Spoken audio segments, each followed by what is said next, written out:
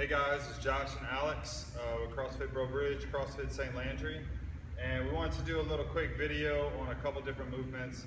So last week I did the blog on every movement has its moment, and it kind of turned into, as part one, it kind of turned into a discussion on power.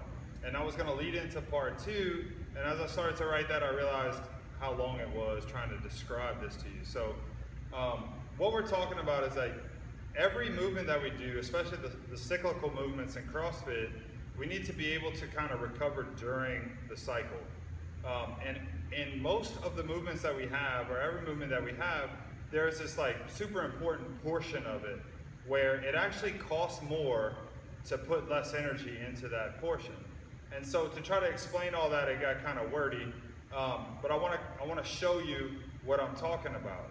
So, like in a burpee, you know, if you lower yourself slowly and you're breathing and you kind of kick out slowly and you lower yourself down and then you raise back up, as long as you hit this part quickly, that energy that you spend to do that is going to pay off in putting you in a good position to stand and use as few muscles as possible, or at least the best muscles possible.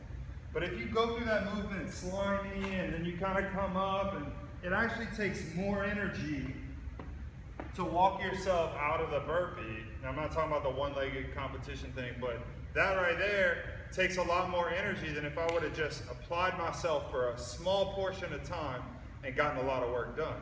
So another example is the push press, all right? Or let's do thruster. So if Alex were to do a thruster, as she started to get tired, what's going to start fading is that little explosion at the top. So let's do one regular. All right? And then as we start to get tired, we're going to see that pop kind of slow down, okay? You can set it down. So the energy that it took her to do the second one and the muscles that had to do it is more costly in the long run than if she would have just, tired and all, just apply herself in that moment when she was coming to the top to get that bar up. That energy is going to pay off. This is really about bang for your buck, all right? So there's another part, and usually it's in the kipping movements, it's going to be the kip. So if Alex were to do a pull-up, just do two regular ones, she's going to concentrate on exploding from the hip here. As soon as she feels that hip start to fade, that's when she needs to take a break. Because if she's not getting that kip, then she's going to start doing the work with her arms. Her arms are not going to last as long as her hips. So that's what she needs to be focused on throughout the movement. It doesn't pay to go slower in the hips and do more work with the arms. That's the moment in the pull-up that she needs to focus on. All right? And then the last one I wanted to show you, and this is the one that kind of throws everything off, because it's not a kip, and it's actually not the moment of optimum leverage and mechanical advantage.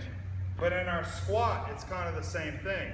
So if we lower ourselves slowly into the squat, that's fine, and then come up slowly, we're actually doing more work for a longer period of time, or not more work, but expending more effort over a longer period of time than if right at the bottom, if we would just contract, all right? So what I'm talking about is lowering into a good position and then firing out.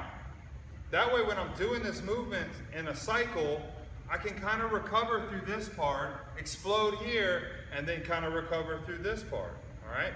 So every movement that we do, and we could go into all of them, have like, if you could just focus on this one part of that movement and make sure that that stays crisp and fast, no matter how tired you get, you're going to get more reps, you're going to get faster times, you're going to do better, you're going to get fitter, all right? So try that. It also gives you something to think about when you're exhausted and dying during a workout, just that one part. So try that, think about whatever you're doing tomorrow. What are those moments in those movements that you can just isolate, put forth all your effort, and get the most bang for your buck? Thanks for watching.